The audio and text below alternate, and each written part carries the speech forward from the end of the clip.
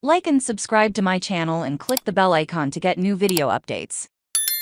Philip Morris International Brandvoice, make this the year of the female leader. So far it has not been a successful year for women. In the past few weeks 2 female heads of state have resigned, although both departures were seen as voluntary. It is important to view these resignations through the prism of current events and attitudes. The reality is that even as women advance in education, business and government, social and political forces undermine further advances. We can see this everywhere, from increased encroachments on women's bodily autonomy to the rise of the incel movement. Equally worrying is that a new international study by the Reykjavik Index for Leadership has found that trust in women leaders has declined significantly over the past year, a trend some see as reflecting growing hostility towards women in power. It's a problem, and not just for women. How can nations, corporations and institutions hope to reach the limits of their potential when deprived of the creativity, intelligence and skills of half the population? You cannot. Recent years have shown us the power of the allies in supporting the rights of underrepresented groups,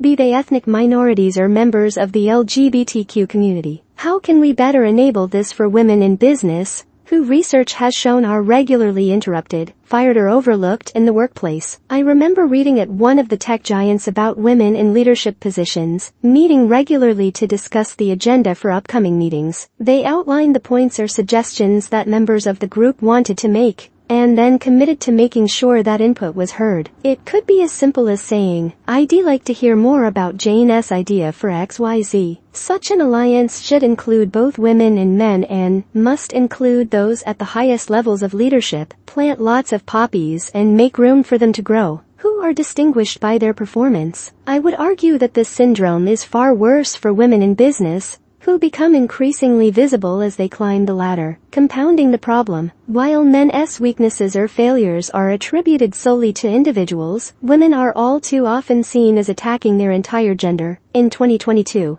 we met our company-wide goal of having at least 40% women in management positions. Now we are aiming for at least 35% women in management positions by 2025. Of course, diversity goals alone will not bring about lasting change. To reap the full benefits of diversity, we must also strive to create an inclusive environment that allows everyone to be their best self. And the only way to get everyone more involved is to consistently measure and track progress. Say it out loud: too often the achievements of women in business go unacknowledged, unless they reach the level of making headlines. Additionally, women tend to have less confidence in their abilities than men, regardless of the caliber of their performance. We can counter this trend by training managers at all levels to communicate not only what women are doing in the company, but how it strengthens the business, and why gender balance is critical to growth. Make the business case clear.